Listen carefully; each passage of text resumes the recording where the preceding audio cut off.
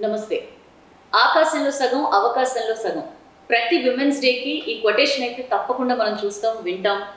But నిజంగా అవకాశంలో సగం మహిళలు చేరుకోగలుగుతున్నారా? అన్న అవకాశాలు తీసుకోగలుగుతున్నారా? వివిధ రంగాల్లో ఉన్న మహిళలు ఇంకా ఎంత ముందుకు రావాలి ఆ అవకాశంలో సగం చేరుకోవాలంటే? ఇట్లాంటి అనేక విషయాల గురించి మాట్లాడదాం. మనతో మంత్రి సీతక్క జాయిన్ అవుతున్నారు. నమస్కారం. నమస్తే. ముందుగా మీకు విమెన్స్ డే విషెస్. మీకు మీ ఛానల్ V6 వారికి, యాజమాన్యానికి, స్టాఫ్, మీ ఛానల్ ద్వారా లక్షలాది మంది ప్రేక్షకులకు అంతర్జాతీయ మహిళా దినోత్సవ శుభాకాంక్షలు. విమెన్స్ డే అనగానే సీతక్క, నేను ఇందాక చెప్పినట్లు ఇలాంటి కొటేషన్స్ అన్ని మనం వింటూ ఉంటాం.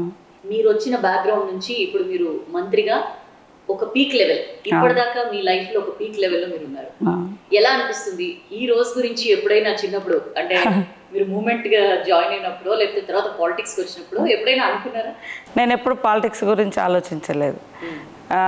అంటే ఏదైనా చదువుకునే జీవితంలో గొప్పగా స్థిరపడాలి, లేదా మన బ్యాక్గ్రౌండ్ ట్రైబల్ ఆదివాసీ బ్యాక్గ్రౌండ్లో ఏదో టీచరు, కొంచెం నాకు డ్రీమ్ ఉండేది ఒక లాయర్ కావాలనేది. కొంచెం పెరిగినా కొద్ది, చిన్నప్పుడు మాత్రం అది కూడా అంత మనకు ఉండేది కాదు.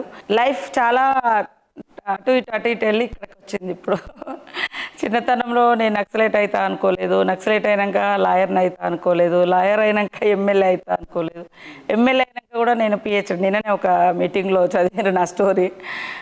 PhD చేసి మళ్ళీ మంత్రి, ఇదంతా కూడా నేను ఒక్కొక్క స్టెప్ వేస్తున్న క్రమంలో ఎప్పటికప్పుడు నన్ను నేను సరిదిద్దుకుంటూ ఈ రకంగా అడుగులు పడడంతో ఈ పొజిషన్కి రావడం జరిగింది. ఎలా ఉంది మంత్రిగా? మీకు చాలా బాధ్యతలు ఉంటాయి, చాలా హెక్టిక్ వర్క్ ఉంటుంది. ఎలా ఉంది మంత్రిగా పనిచేయడం? ఎలా ఉంది ఈ 14 నెలల వర్క్? ఎంత సాటిస్ఫాక్షన్ ఇచ్చింది? అంటే పబ్లిక్ కోసం మనం సర్వీస్ చేస్తున్న మన తృప్తి ఉంది. కొన్ని నిర్ణయాలు మనం తీసుకునే పొజిషన్లో ఉన్నాము కాబట్టి మన చేతిలో ఉంటుంది కొన్ని అవకాశాలు, మనం శాంక్షన్స్ ఇచ్చుకునే అవకాశం ఉంది. ఈరోజు మన ఉమెన్స్కి సంబంధించినటువంటి కొన్ని గొప్ప గొప్ప కార్యక్రమాలు, సీఎం గారి సహకారం, ప్రభుత్వ సహకారం, ఆ శాఖ మంత్రిగా ఇట్లాంటి చేసినప్పుడు చాలా తృప్తిని కనిపిస్తుంది. కానీ ఇదే సరిపోదు. మీరు ఎంతోమంది అన్నట్టుగా చాలా చాలా రీచ్ కావాలి. సమాజం ఆడ మగ ఒకేసారి పుట్టింది ఈ భూమి మీద, ఇంకా ఆడవాళ్ళే ముందు ఉంటారేమో అనిపిస్తుంది. 50% కాడ కూడా అడుగుతలేము. ఇప్పుడు 33% కోసం ఇన్ని కొట్లాటలు చేయాల్సి వస్తుంది, ఫైట్ చేయాల్సి వస్తుంది. సో నరనరాన జీర్ణించుకుపోయిన ఫ్యూడల్ భావజాలము, మేల్ డామినేషన్, మగవాళ్ళు గొప్పవాళ్ళు అనే ఫీలింగ్, అటు మగవాళ్ళలో అహంకారం ఉంటుంది, ఆడవాళ్ళలో కూడా మనకు తెలియకుండానే వాళ్ళను ఎక్కువగా చేసి చూస్తాం. అయ్యో వాళ్ళతో మనం పోటీ పడలేము, చూడలేము, చేయలేము, పరిగెత్తలేము, పని చేయలేము అనేటువంటిది. ఇంట్లో నుంచి మొదలైతే బయట కూడా ఉంటుంది ప్రాబ్లం. బయట ఉన్న ఇంట్లో కూడా తమ్ముడు అక్క అనే రిలేషన్లో కూడా తమ్ముడికి ఉన్న ప్రియారిటీ అక్కకు ఉండదు పెద్ద అయినా కూడా. సో ఇలాంటివన్నీ కూడా మనం బయట సొసైటీలో చూస్తూ ఉన్నాం. సో చాలా మార్పు రావాలి. అంటే పనిచేసే రంగాలు విస్తృతంగా అవకాశాలు వస్తున్నాయి, కానీ ఎక్కడైతే వర్క్ చేసే ప్లేస్లలో కూడా ఇంకా మనము వివక్షతను ఎదుర్కొంటున్నాం, వేధింపులకు గురవుతున్నాం. అవన్నీ లేకుండా స్వతంత్రంగా మన పని మనం చేసుకోగలిగినప్పుడు నిజంగా మహిళలకు నిజమైన స్వేచ్ఛ వచ్చినట్టుగా నేను భావిస్తాను. మీరు వచ్చి ఆల్మోస్ట్ 2 దశాబ్దాలు రాజకీయాల్లోకి వచ్చి, సీతక్క రాజకీయాల్లోకి వచ్చినప్పటికీ ఇప్పటికీ మహిళలు రాజకీయాలు అనే ఇష్యూలో ఎలాంటి చేంజ్ మీరు గమనించారు? అసలు ఏమైనా చేంజ్ ఉందా? ఉంటే ఎలాంటిది? అంత పెద్దగా రాజకీయ రంగంలో పెద్దగా చేంజ్ ఏం కనబడట్లేదు. అప్పుడున్న కోటాలో అప్పుడు మహిళలు మంత్రులుగా ఉన్నారు, ఇప్పుడు కూడా మహిళలు మంత్రులుగా ఉన్నారు. ఇప్పుడు మా గవర్నమెంట్ వచ్చినాక కొంత ఫోకస్డ్గా ఉమెన్ యొక్క ఆర్థిక స్థితిని పెంచాలి అనే లక్ష్యంతో బాగా చేస్తూ ఉన్నాం. గతంలో కూడా అంటే స్టార్ట్ చేసినప్పుడు కూడా కాంగ్రెస్ ప్రభుత్వంలో వైఎస్ఆర్ గారు అంతకుముందు కానీ ఉమెన్ను ఆర్థికంగా బలోపేతం చేస్తే పేదరిక నిర్మూలన జరుగుతుంది. మనం అంటాం పిల్లలకు మన కాళ్ళ మీద మనం నిలబడాలని. ఇప్పుడు మహిళలు వాళ్ళ కాళ్ళ మీద వాళ్ళు నిలబడితే ఆ కుటుంబం అంతా నిలబడుతుంది.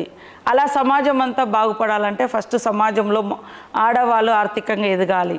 వాళ్ళు గృహ ఆర్థికవేత్తలుగా ఉన్నారు, వాళ్ళు నిజంగా బయటకు కూడా వస్తే చాలా గొప్పగా రాణించగలుగుతారు. నేను ఈరోజు ఒక ఆర్టికల్ కూడా చదివిన, కార్పొరేట్ కంపెనీస్లలో పనిచేసే హై పొజిషన్లో చాలా తక్కువ మెంబర్స్ ఉమెన్ ఉన్నారు, కానీ వాళ్ళు చేసిన కంపెనీస్ చాలా ట్రమెండస్గా రిజల్ట్ వస్తుంది అని ఒక రిపోర్ట్ ఈరోజు నేను ఒక పత్రికలో చదివాను. అంటే మనకిచ్చిన బాధ్యతను మనం ఎంతో భయంతో, బాధ్యతతో, అయ్యో లేడీస్ కదా ఏమనుకుంటారో, మనం చక్కగా చేయలేదంటారేమో అని ఈ భయంతో ఏదైతే స్ట్రాంగ్గా చేస్తామో అది పట్టుదలగా పనిచేస్తాం. సో ఇంట్లో ఎన్నో కష్టాలున్న కుటుంబాన్ని ఈదగలిగినప్పుడు బయట కూడా చేయగలుగుతారు. అవకాశాలు ఇవ్వాలి, ఆపర్చునిటీస్ అనేది మనం క్రియేట్ చేయాలి.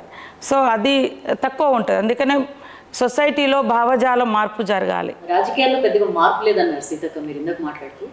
మార్పు లేకపోవడానికి కారణం ఏంటి? ఎందుకు ఒక కోటా ఉండాలి లేదా ఒక రిజర్వేషన్ ఉండాలి, ఇంత శాతం మహిళలకు కేటాయించాలి అంటేనే పార్టీలు మహిళలకు ఇస్తాయా? మేల్ పొలిటీషియన్స్ ఎవరైతే వీళ్ళు క్యాపబుల్, వీళ్ళు కంటెస్ట్ చేస్తారని ఎట్లయితే గుర్తించి ఇస్తారో అట్లా మహిళల్ని గుర్తించలేని పరిస్థితి. అదే అంటున్నా, అంటే ఎవరిలో అయినా అది కొంచెం ఉంది భావజాలం. అంటే మనం ఎంత ఫోకస్, ఎంత చాలా ఛాలెంజ్గా వర్క్ చేసినా మనకు నచ్చని వాళ్ళు మన వ్యక్తిత్వాన్ని హననం చేస్తూ ఉంటారు, మన యాక్టివిటీస్ని హేళన చేస్తూ ఉంటారు. అప్పుడు రాక మనం బయటకు వచ్చి ఇలాంటి అయినప్పుడు మనం చాలామంది వెనుకకి వెళ్తూ ఉంటారు. సో ఇది ఎక్కువగా అందరినీ ఎంకరేజ్ చేసే పొజిషన్లో చాలా తక్కువ ఉమెన్ కూడా ఉంది.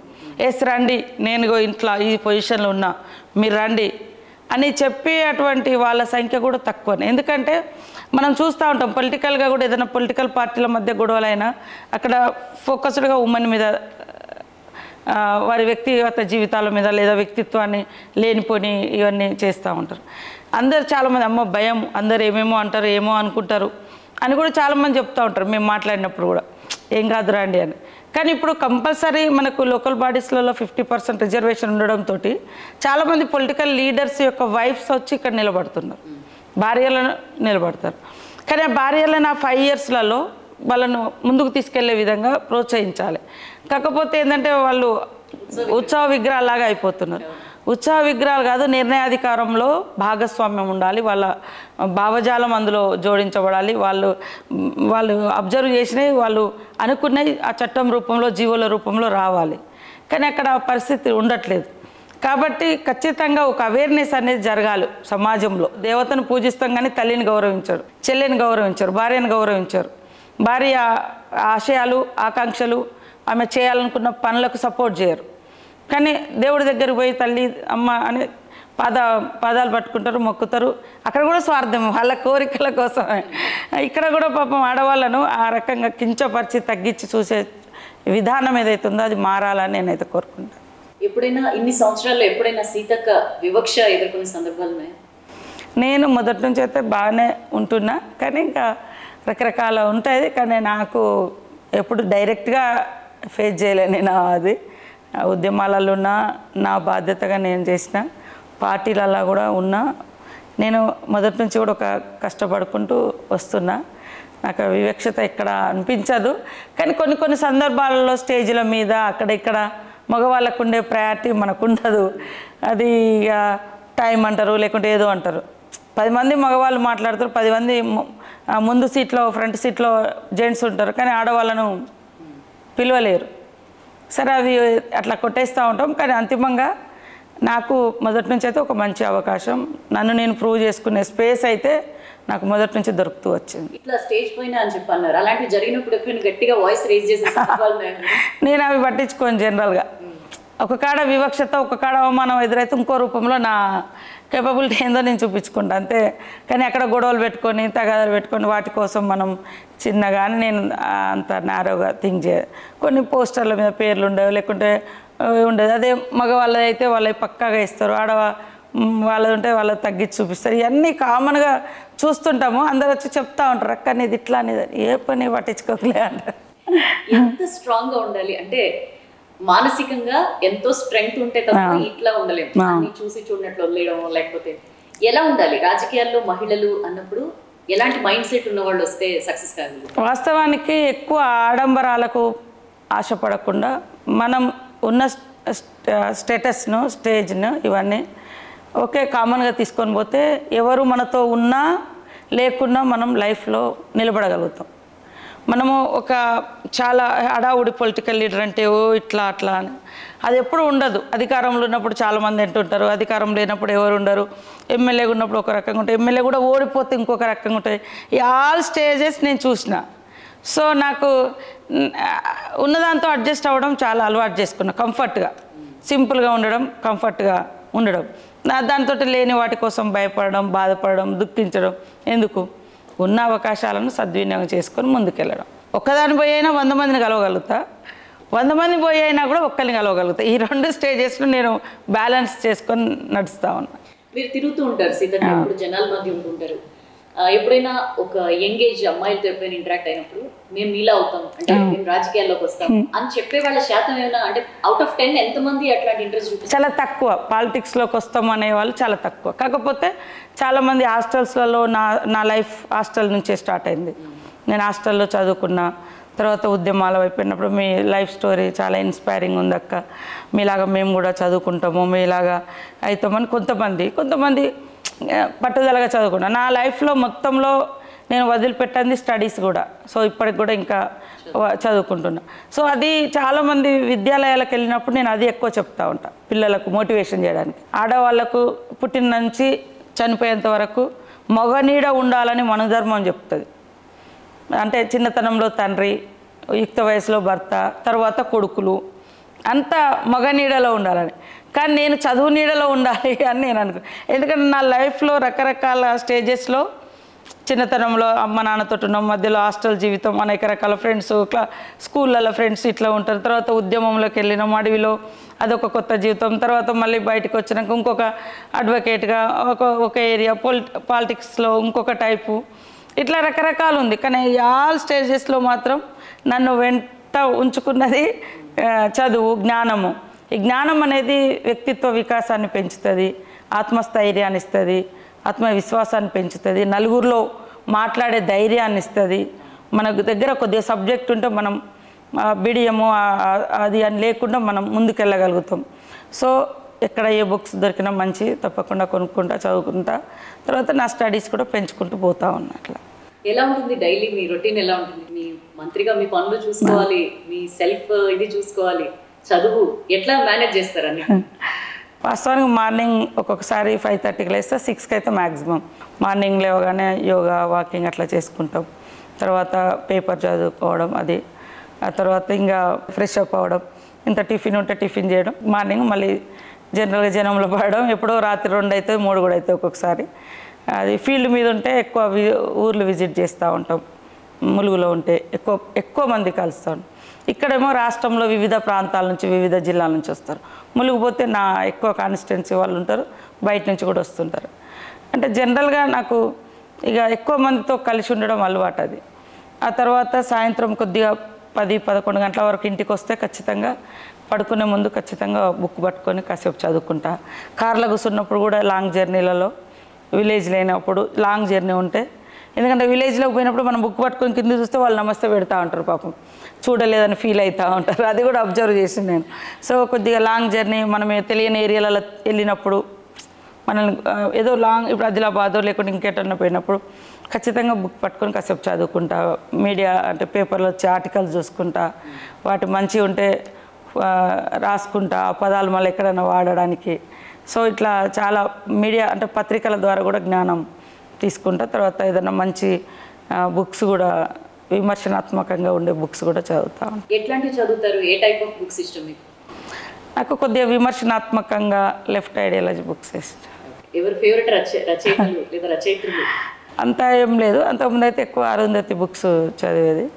నాకు ఇష్టమైన బుక్ డి బ్రౌన్ అని ఒకైనా అమెరికా అవతరణ కోసం మూలవాసుల నిర్మూలన అని ఒక బుక్ ఉంది. అది జీవితంలో మర్చిపోలే, అంటే అది చాలా ఇది ఉంటుంది, రెడ్ ఇండియన్స్ అనే దాన్ని, ఆ బుక్ బాగా గుర్తుండిపోయింది నాకు. తర్వాత అరుంధతి రాయిది ధ్వంసమైన స్వప్నం అనే ఒక బుక్ చదివి, అది బాగా గుర్తుండిపోతుంది. ఎక్కడో అంటే ఇందిరాగాంధీ, ఒక మమతా బెనర్జీ, ఒక జయలలిత, ఇట్లా అక్కడొకరు అని ఎందుకు సీతక్క మనకి? అంటే ఒక మీరు ఇందాక చెప్పారు అంత మేల్ డామినెంట్ సొసైటీ, దాని ఇంపాక్టా లేకపోతే ఇన్ని సంవత్సరాల తర్వాత కూడా వస్తున్నారు ఒక స్థాయిలో, మీరు అన్నట్లు లోకల్ బాడీ లెవెల్లో కనిపిస్తున్నారు, కొంతవరకు ఎమ్మెల్యేస్, దాని వరకు ఎంపీస్ కొంతమంది కనిపిస్తారు. బట్ ఇంకా ఒక సైజబుల్ అమౌంట్లో రాలేకపోవడానికి అనేక, అంటే వర్క్ లైఫ్ రెండింటిని బ్యాలెన్స్ చేసుకోవడం, పర్సనల్ లైఫ్ ఇటు ఫ్యామిలీ ఇటు వర్క్ రెండింటిని బ్యాలెన్స్ చేసుకోవడం, మీరు చెప్తుంది వింటేనే ఎంత హెక్టిక్గా ఉంటుంది పొలిటీషియన్ లైఫ్ అనేది అర్థమవుతుంది. వీటిని బ్యాలెన్స్ చేయడం ఈజీ కాదు కాబట్టే మనకి రిప్రజెంటేషన్ తగ్గిపోతుందా? వాస్తవానికి పాలిటిక్స్లో ఉండాలంటే చాలా ధైర్యం ఉండాలి, చాలా హార్డ్ వర్క్ ఉండాలి, చాలా మానవతా దృక్పథం కూడా ఉండాలి. ఎందుకంటే మన పర్సనల్ లైఫ్ అనేది ఉండదు ఇంకా పాలిటిక్స్లో.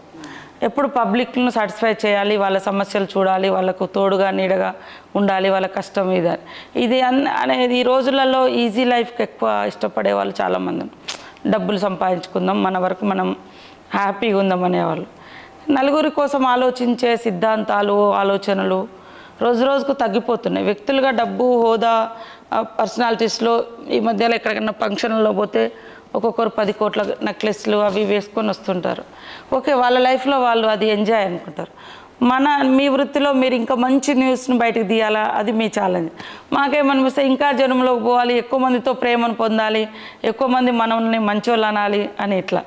అంటే మా సమాజంలో ఇతరుల గురించి ఆలోచించేది, ఇతరుల కోసం జీవితాలు ఇచ్చే వాళ్ళ సంఖ్య తగ్గుతుందేమో అనిపిస్తుంది నాకైతే. మీకు రావాలని ఉన్నా కూడా అక్కడ లోకల్ పరిస్థితులు, ఆ మేల్ డామినేషన్ పాలిటిక్స్ని అధిగమించి నిలదొక్కుకోవడం, కాంటెస్ట్ చేయడం, తిరిగితే టికెట్ వస్తా రాదా తెలియదు, ఆర్థిక వెసులుబాటు, ఇవన్నీ ఎన్నో కష్టాలు ఉంటాయి. ఇవన్నీ నాకెందుకులే అని కూడా పోయేవాళ్ళు ఉంటారు. సో మహిళల్ని అంటే ఒక చిన్న పిల్లల్ని ఎట్లయితే మనం చిన్నతనంలో కమాన్ అని ఎట్లయితే ఎంకరేజ్ చేస్తామో, ఈ రోజులలో కూడా అది వివిధ రంగాలలో మనం అలా ప్రోత్సహించాల్సిన అవసరమైతే ఉంది. అప్పుడే సమానత్వము, అప్పుడే పాలిటిక్స్లో కూడా మంచి ఉమెన్ నాయకత్వం, లీడర్షిప్ కూడా పెరుగుతుందని నేను అనుకుంటున్నాను. ఇందిరాగాంధీ తర్వాత మళ్ళీ ఒక లేడీ ప్రైమ్ మినిస్టర్ లేని పరిస్థితి పెద్ద దేశానికి. సగానికి పైగా ఉన్నారు ఓటర్స్, మహిళా ఓటర్స్ అయితే. ఎందుకు అని ఆలోచించినప్పుడు మీకు అనిపించే రీజన్స్ ఏంటి? కొన్ని పార్టీలు ఒకరిద్దరు నామినేట్ చేస్తారు, అది నామినేట్ అయితే నామినేటెడ్ పోస్టు లాగానే అయిపోతుంది. స్వతంత్ర నిర్ణయాలు తీసుకునే అధికారం వాళ్ళ చేతిలో, ఆ పవర్ కనపడట్లే. ఇందిరాగాంధీ ఆ పవర్ఫుల్ ప్రైమ్ మినిస్టర్గా కనిపించింది, అట్లా అంటే డెసిషన్ తీసుకున్నది. అంత గట్స్గా కూడా ఓన్ డెసిషన్ తీసుకునే శక్తి, పార్టీని కమాండ్ చేసే శక్తి మహిళలకు ఉండాలంటే గ్రాస్ రూట్ నుంచి వాళ్ళు ఎదిగి రావాలి. ఇందిరాగాంధీ లైఫ్ కూడా ఏదో పూల పాన్పు కాదు, అట్లా వచ్చింది కాదు. చిన్నతనం నుంచి తండ్రి స్వతంత్ర ఉద్యమంలో జైలు జీవితం 9-10 సంవత్సరాలు ఉంటే ఆమె అక్కడ ఇక్కడ పెరిగి అంటే ఆ స్థాయికి ఆమె గట్టిగా రాటుదేలింది. సో నిజంగా రాటుదేలడం అంటే నేను కూడా కొంత రాటుదేలడానికి 20 సంవత్సరాలలో ఓటములు, గెలుపులు, ప్రతిపక్షం, కష్టాలు, పబ్లిక్తో ఉండడం, ఇదే లైఫ్ అని అనుకుని పనిచేసినాం కాబట్టి ఈ స్థాయి వరకు. నాతో వచ్చిన వాళ్ళు చాలామంది బ్యాక్ వెళ్ళిపోయారు, మళ్ళీ ఇంటికి పరిమితం అయిపోయారు. మాకు టీడీపీలో ఉన్నప్పుడు 46 మందికో 44 మందికి టికెట్లు ఇచ్చారు. అందులో చూసుకుంటే 4-5 ఉన్నారో లేరో అనిపిస్తుంది ఇప్పుడు పాలిటిక్స్లో.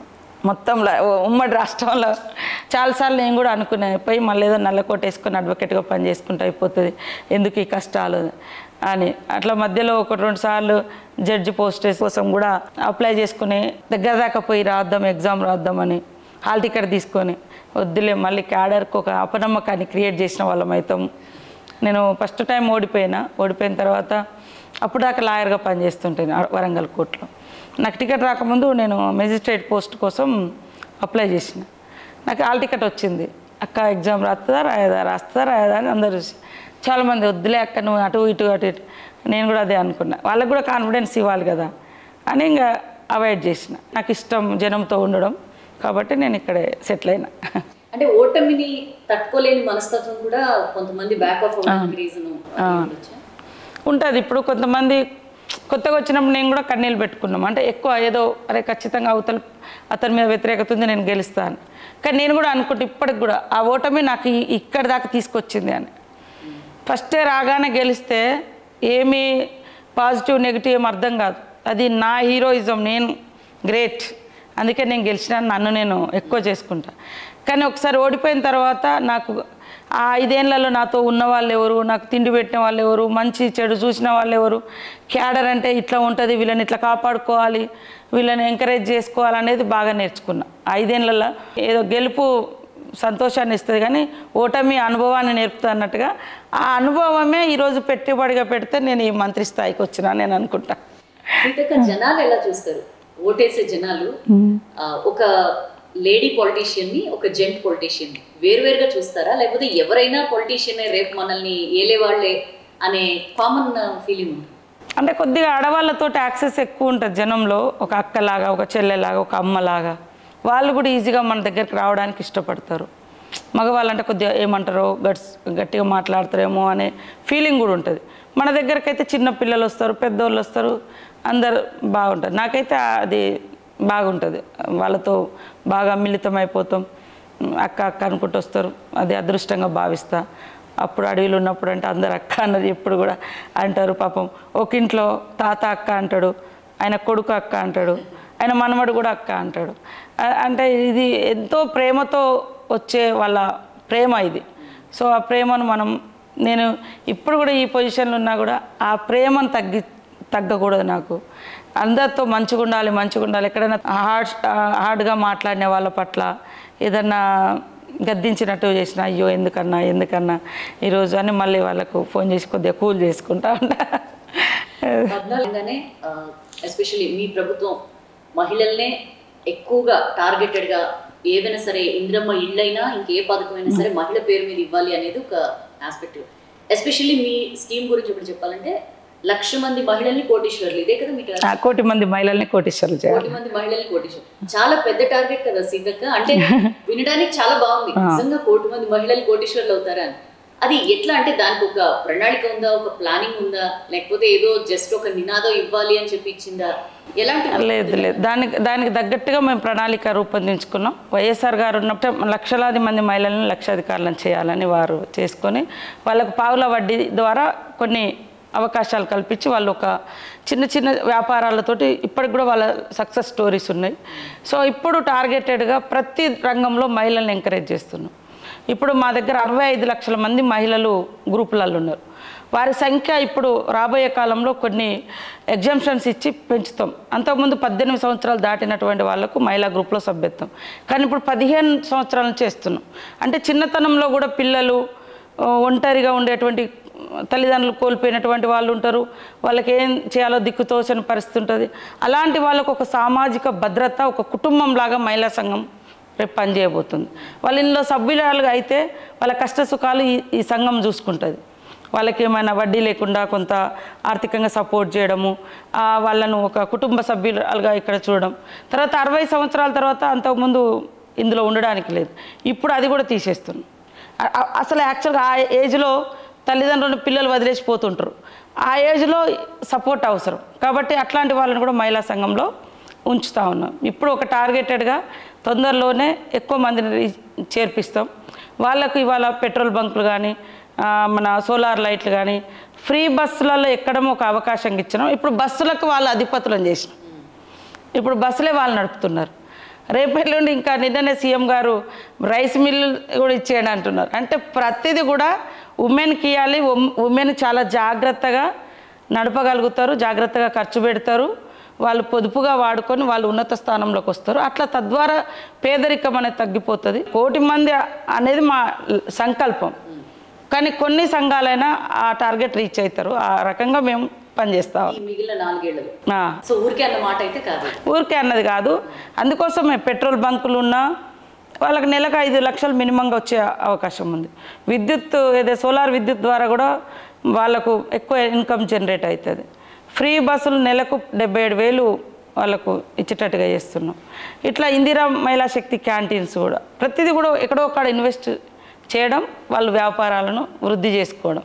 సో వాళ్ళకు కూడా ఇదొక తృప్తి. అరే మేము ఈరోజు 1,000 రూపాయలు సంపాదించడం అన్ని పోంగా, లేదా 4,000 మాకు ఇన్కమ్ వచ్చింది, అది కళ్ళ ముందట కనబడుతుంటుంది.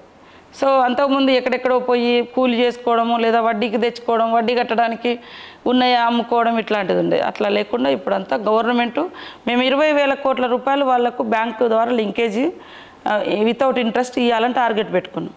కానీ వాళ్ళు ఎంత యాక్టివ్గా అంటే 21,500 పైగా ఈరోజు వరకు ఇచ్చినాం. ఈ సంవత్సరంలో 20,000 అనుకున్నాం, కానీ 21,500 పైగా ఇచ్చినాం. అవన్నీ వడ్డీ కూడా మనం ఇస్తున్నాం. నిన్న మొన్న ఒక పత్రికల్లో ఎవరో రాసినట్టుంది, మహిళలు ఎక్కువ బ్యాంక్ ట్రాన్సాక్షన్ చేస్తున్నారని. ఈ మహిళలకు గవర్నమెంట్ అండగా ఉంది, సేమ్ టైంలో వాళ్ళు ఖచ్చితంగా కట్టుతూ ఉన్నారు, కట్టగలుగుతారు అనేటువంటి నమ్మకం కూడా బ్యాంకర్స్ కూడా వచ్చింది. దాంట్లో చూసినప్పుడు సిద్ధంగా మీరు అంటే పార్టీ ఇంటర్నల్ వేదికల్లో ఎప్పుడైనా ఇంత బాగా చేస్తారు, మహిళలకు ఏదైనా ఇస్తే మనం ఎక్కువ సీట్లు ఇద్దాం, మహిళలకు ఎక్కువ టికెట్లు ఇద్దాం అనే ప్రపోజల్స్ ఎప్పుడైనా ఇండివిజువల్గా మీరు ఎప్పుడైనా పెట్టినా? అది రాలేదు వాస్తవానికి, కానీ చేస్తాం, తప్పకుండా ఎంకరేజ్ చేస్తాం. మహిళా నాయకత్వం ఎదగాలి, అవసరం కూడా వాస్తవానికి సీఎం గారు 4 మంత్రి పదవులు ఇవ్వాలని వారు లక్ష్యంగా పెట్టుకున్నారు మహిళలకు. కొంత కొత్త పాత లేదా క్యాస్ట్ ఈక్వేషన్స్ అవి మేము అనుకున్న పద్ధతిలో అక్కడ మాకు ఆ కూర్పు జరగకపోవడము, ఇట్లాంటి కొన్ని ఇబ్బందులు ఉండి కూడా వారు అది చేయలేకపోయారు. వాస్తవం ప్రతి మహిళ విజయం వెనుక ఒక మహిళ ఉంటుంది అని చెప్పి సీతక్క వెనకాల ఎవరున్నారు? అమ్మ నాన్నే ఉంటారు. ఇంకా ఎప్పుడు వాళ్ళు అంటే వాళ్ళ ఆశీర్వాదం బ్లెస్సింగ్స్ ఉంటాయి. చిన్నప్పటి నుంచి కూడా వాళ్ళు ఇప్పుడు కూడా నాకు వాళ్ళే తోడుగా ఉన్నారు. సో తర్వాత సమాజము, జ్ఞానము, ఎంత సొసైటీ, ప్రజలు ఎక్కువ అంటే ఇప్పుడైతే కుటుంబం కంటే ఎక్కువ ప్రజల మధ్యనే ఉంటున్నాం ఈ 20 years. అంతకుముందు కూడా ఉద్యమాలు ఉన్నప్పుడు కూడా తల్లిదండ్రులను చూసింది తక్కువ, కానీ ఉన్నంతలో నాకు వాళ్ళకు నేను, నాకు వాళ్ళు, అంతే. ఇంకా అట్లా. ఇక ఇంటర్నేషనల్ విమెన్స్ డే సందర్భంగా మహిళలందరికీ ఏం మెసేజ్ ఇస్తారు? తెలంగాణ మహిళలందరికీ కూడా హృదయపూర్వక శుభాకాంక్షలు. అంతర్జాతీయ మహిళా దినోత్సవం అంటేనే సమాన పనికి సమాన వేతనం కోసం, సమాన అవకాశాల కోసం ఆ రోజు మరి క్లారా జెట్కిన్ గారు వారి పోరాటం ద్వారా ఈ అంతర్జాతీయ దినోత్సవం అనేది ముందుకు వచ్చింది. కాబట్టి మనం ఎన్ని రంగాలలో ముందంజలో ఉన్నా కూడా అనేక రకాల వివక్షతలు, అవమానాలు, వేధింపులు అనేది ఎదురవుతున్నాయి. వాటన్నింటిని కూడా ఎంతో ధైర్యంతో, స్థైర్యంతో, ఓపికతో ఎదుర్కొని ముందుకెళ్తే తప్పకుండా సక్సెస్ అనేది మనదే. ఆకాశమే అద్దుగా ఎదిగేటువంటి అవకాశాలు ఈ రాష్ట్రంలో కూడా మన గవర్నమెంట్ సీఎం రేవంత్ రెడ్డి గారు ఇస్తూ ఉన్నారు. కాబట్టి రాష్ట్రంలో ప్రతి మహిళకు తోడుగా ఈ గవర్నమెంట్ ఉంది. గవర్నమెంట్ స్కీమ్స్ తోటి మీరు అందరూ కూడా ఆర్థికంగా ఎదగొచ్చు. అదేవిధంగా చిన్న చిన్న వాటికి ఆత్మన్యూన్యతకు లోను కాకుండా, డిప్రెషన్లోకి వెళ్ళకుండా, మానసిక స్థైర్యం, ధైర్యంతో ముందు అడుగు వేసినప్పుడు విజయం నీదే, విజయం నీ బానిస అవుతుంది. ఇది నా స్టోరీలో ఉన్న సక్సెస్. సో ప్రతి ఒక్కరు కూడా సక్సెస్ఫుల్గా ఈ సంవత్సరంలో అందరూ బాగా ఎదగాలని మనస్ఫూర్తిగా కోరుకుంటూ మీ ఛానల్కు, మీ ప్రేక్షకులకు, మీ వీక్షకులకు, మీ యాజమాన్యానికి మీ ఛానల్ ద్వారా మహిళా లోకానికి అందరికి కూడా అంతర్జాతీయ మహిళా దినోత్సవ శుభాకాంక్షలు.